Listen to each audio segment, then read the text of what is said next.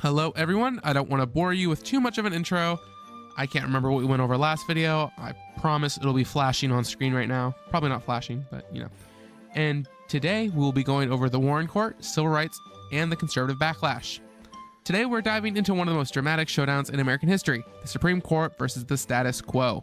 Welcome to the era of the Warren Court, not to be confused with Mr. Warren downstairs. Civil rights revolutions and a rising conservative backlash. Let's start in 1954 with a case that would change everything, Brown versus the Board of Education. You should know what this is. We went over this quite a bit. The Supreme Court ruled that racial segregation in public schools was unconstitutional. Separate but equal was out. This decision triggered a judicial revolution. What is at the heart of it all? A guy named Earl Warren, appointed by President Eisenhower. Under his leadership, the court backed civil rights, free speech, and personal liberties. This period became known as the Warren Court, a symbol of progress to some and chaos to others. Right-wing activists hated it. They accused the court of legislating from the bench, saying it overstepped its role and eroded traditional values. To many conservatives, it felt like the court was replacing Christian values with immorality. One flashpoint: religion in schools. The Warren Court ruled that public school prayer and Bible reading violated the separation of church and state. Some Christians saw this as an attack on their faith, a sign that the court had lost its moral compass.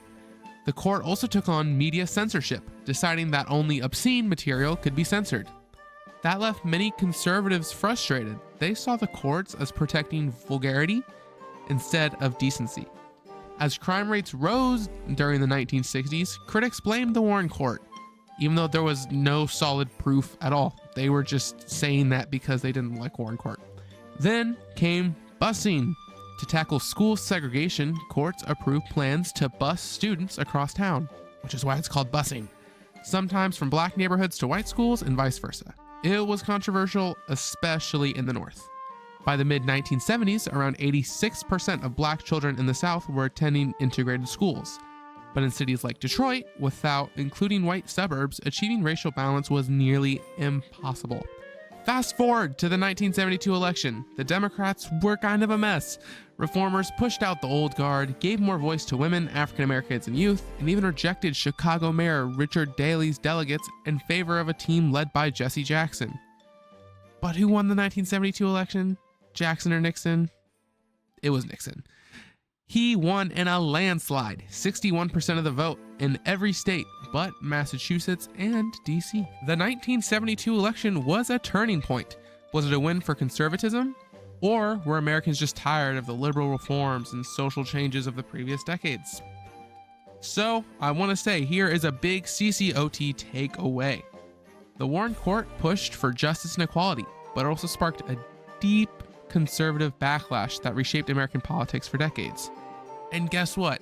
Many debates, like the ones about religion and should Bible be taught in schools, are still happening today. These issues will be present during your life. And that's all I have. Hopefully it made sense. And if it didn't, we'll go over this assignment together, so it'll be fine.